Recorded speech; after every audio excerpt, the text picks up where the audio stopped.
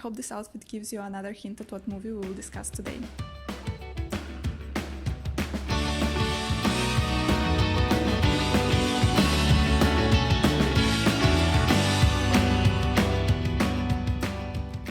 Hi everybody!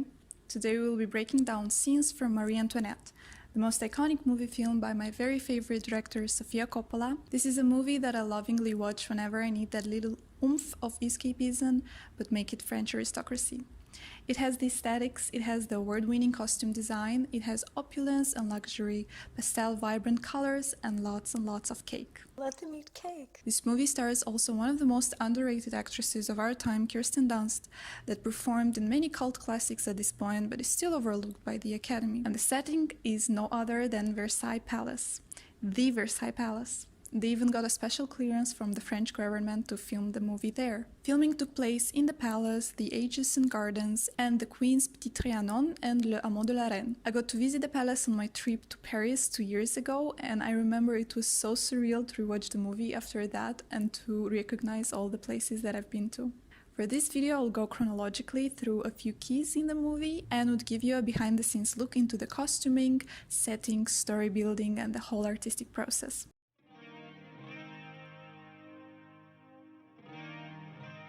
The first scene is right at the very beginning of the movie, when Marie Antoinette, a young 14-year-old girl, arrives for the first time in Versailles. She comes from the royal family of the Habsburg Empire, so she makes the long journey from Vienna. She is to be married to the Dauphin of France, Louis XVI, who is also merely 1 year older than Marie. We see here a young Marie anticipating her arrival eagerly, but with a hint of unsettledness. After all, her life will be changed forever in a matter of hours. In preparation for shooting the movie, Sofia Coppola refused to read the famous biography by Stefan Zweig, as she judged it too strict. Instead, she opted for the book by Antonia Fraser, which depicts the Queen as a human character. A young girl with no connection to reality that finds herself at the wrong time, at the wrong place. This will set the tone for how Sofia will approach the subject, not necessarily relying on historical accuracy or biographical retelling of the Queen's life, but rather she would deconstruct the character and would present it in an accessible way to everybody, focusing on the intimate and personal turmoils of a young girl with immense responsibilities that were most of the time out of her control. The cinematographer Lance Ankord, with whom Sofia also worked on her previous movie Lost in Translation, said, "From our earliest discussions, Sofia and I agreed that we wanted to avoid making paintings, but instead create a very imaginative, personal, alive story inside a real historical past." When Marie Antoine, soon to be Marie Antoinette, arrives at Versailles, she is asked to give up all her possessions, as she will transition from an Austrian princess to a French queen. She even needs to give up her sweet little pug named Mops, which is true to have happened to the real Marie Antoinette as well. However, what was not depicted in the movie is that later Ambassador Mercy would arrange for the pug to be sent to Marie after the marriage. The pug got a French citizenship after all. We also see her change from the blue, muted and warm gown that she wears in Austria to the lighter, more vibrant gown, the epitome of Frenchness at that time. All the costumes of the movie were designed by Milena Canonero, the legendary Italian costume designer who won 4 Academy Awards for the best costume design, including the Marie Antoinette movie, but also for the Grand Budapest Hotel. We're not going to do an academic movie about Marie Antoinette, as you know. It's more moody and it's stylish, you know. It gives an interpretation of the 18th century seen from our point of view, from our sensitivity. We're taking a little bit more liberties. Probably they would never have used this color. It's a little bit too lilac-y. There's definitely would never put the black on the ribbon. She would create the gowns, hats, suits and costume prop pieces. 10 rental houses were also employed and the wardrobe unit had 7 transport drivers. Wardrobe worked 24-hour shifts to keep up with the high demand of production. In total, 170 dresses were made for this movie, out of which 100 were for the Queen. Another important part of the transformation would be, of course, the hair. It would take an hour and a half to transform Kirsten Dunst's hair into Marie Antoinette wig extravaganza. Apparently, everybody on set would wait for the hair to be done, since that was taking the most preparation time. Normally, you're waiting for the lighting. It's like all the actors are ready, and it's like, stop tweaking the lights. Here, we're waiting on the hair. It's all about the hair. The shoes were made by none other than Manolo Blahnik, the Spanish fashion designer that would be the death of Carrie Bradshaw's bank account savings from Sex and the City. Marie Antoinette finally gets to meet a somewhat shy and reclusive Dauphin, played by Jason Schwartzman. For his role, he would have to gain 27 pounds. He would also arrive to Paris weeks in advance to the beginning of the filming to take dance and etiquette classes to be able to put up his greatest performance. Coppola would comment, "I always felt there was something very sympathetic about Louis XVI. He was never meant to be king and was only in that position because his brother died. I think he was plagued with this sense of being very inadequate. He was nearsighted and said to be inept at a great many things. So I really felt that Jason, who has this vulnerable and sensitive side, would make Louis more touching and believable. I think he brings heart to Louis XVI. Marie Antoinette finds herself very rapidly overwhelmed by the many rules and customs of Versailles. For example, there was a whole ceremony of dressing up the monarchs called le lever, meaning the waking up, in which certain courtiers will be given the honor to dress up the queen depending on their rank. There was also a ceremony preparing the monarchs to go to bed, in which the protocol would be in reverse and it would be called le coucher, which meant going to sleep. In the movie, there is a scene where Marie Antoinette remarks how ridiculous this is, for which she gets a response from Comtesse de Noailles, "That, madame, is Versailles." Dave McCoy, a movie critic, would recall laughing at this absurd moment when watching the movie's premiere at Cannes. However, he would get shushed quite fast by the French viewers and was told that these were the rules. The movie, as anticipated, got mixed reviews, since not everybody was delighted by the comedic lenses through which we are said to watch the French royalty. But that was Sofia Coppola's intention right from the beginning. She was set to show these people as what they are, just people that laugh and cry, sometimes eat too much or drink too much, making them real human beings instead of the exquisite and extraordinary representation that we usually get from history. It was also quite often that members of the royal family would have mistresses, since most of them would live in loveless marriages their whole life. Marie Antoinette was not very fond of Madame du Barry, the king's mistress at that time. When the two spoke for the first time at the insistence of the ambassador and the king, Marie does not find anything else to say than there are a lot of people at Versailles that day. This conversation is said to actually take place in real life as well. To be exact, 5,000 people lived in the Palace of Versailles. It was like a small village, and 10,000 candles were burned each day, or each night. 3,000 extras were hired for the filming, which makes it even more impressive. For the shooting of the movie, there would be on set horses, dogs, and even an elephant. This really shows just how an immense of a project this was, and how elegantly Sofia Coppola would orchestrate it. It's remarkable to watch 110 people, and there is no question about who the captain of the ship is. Bill Murray said that Sofia is made of steel, that she's delicate and she's quiet and she's sweet, but she's unflappable.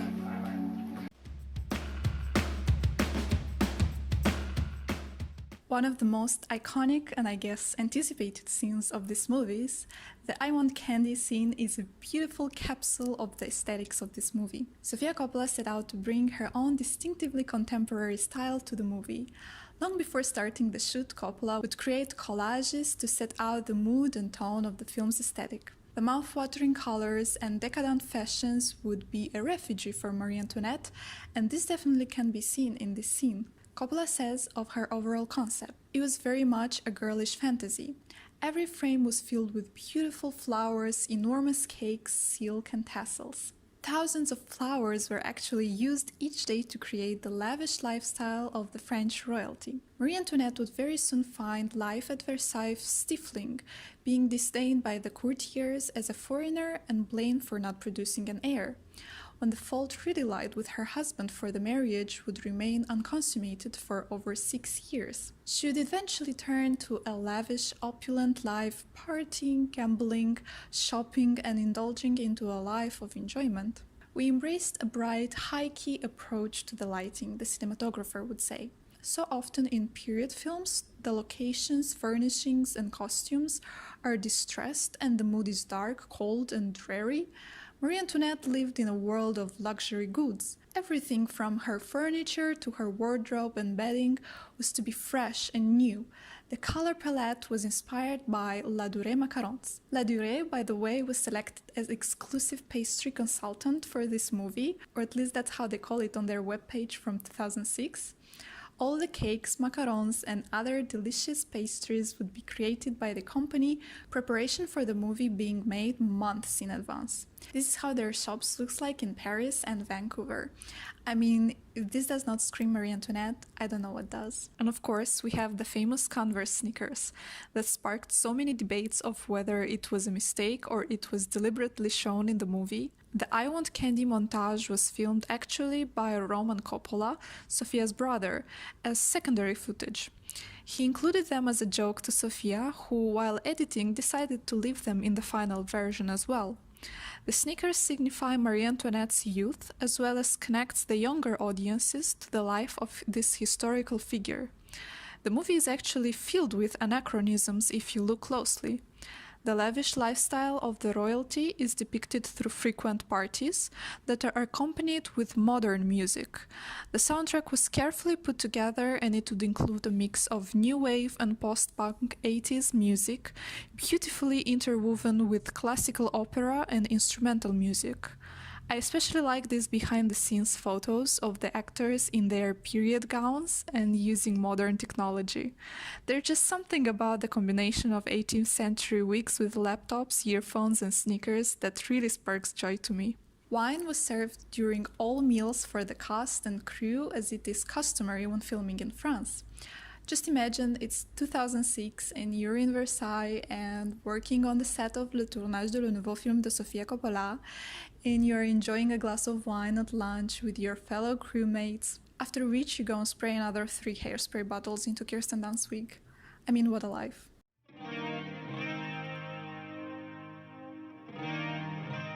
After getting some much-needed advice from the Queen's brother, Louis XVI and Marie Antoinette succeeded making their first child. Marie would feel a great relief from her responsibilities as a queen after giving birth to their first daughter and later on to her baby boy. She would turn to a simpler life, choosing more comfortable and natural attires as opposed to the intricate and extravagant ones she would wear in her teenage years. These transitions would take place over the span of the next few years, while in the movie it is shown a lot faster. This is also the time when she is gifted her little refugee, the Petit Trianon, where she would spend most of her time. This transition to the countryside life shows Marie Antoinette maturing and feeling more comfortable in her own skin. This part of the movie is also when we see the more impressionistic side of Sofia Coppola's cinematography. I would constantly get the impression that I am looking at a moving Monet painting, with a heavy emphasis on nature elements, light flares, and dreamy music. One of the main themes that Coppola takes on are detachment and loneliness, and Marie Antoinette is no exception. Coppola was born into literal film royalty, her father being a film giant himself. The themes of fame, celebrity culture, opulent living, art, and fashion are key motifs in Sofia Coppola's movies. At the same time, Coppola succeeds at conveying a strong sensibility and dreamlike emotion. She would say that she does not want to make movies that feel like movies, but movies that feel like intimate small moments of our life that we cherish and keep revisiting in our memories through rose-colored lenses. This will build Coppola's unique aesthetic that would resonate with so many of us and would feel so universal and personal at the same time. The scenes at the Petit Trianon feel like a beautiful summer dream haze that you are never sure how long it lasted. This is the most peaceful time in Marie Antoinette's life, and the time where she finally finds herself happy and detached from everybody's opinion and expectations of her. Marie's lifelong fascination with theater inspires her to even put up little shows where she would play the role of a poor peasant. The romanticization of poverty is something that we would very often see among the royalty and the rich, which shows again how detached from reality the monarchs were at the time. They lived in their small rose bubbles, their courtiers' community acting as echo chambers of their own views and opinions, resulting in a broadening gap between the people and their rulers.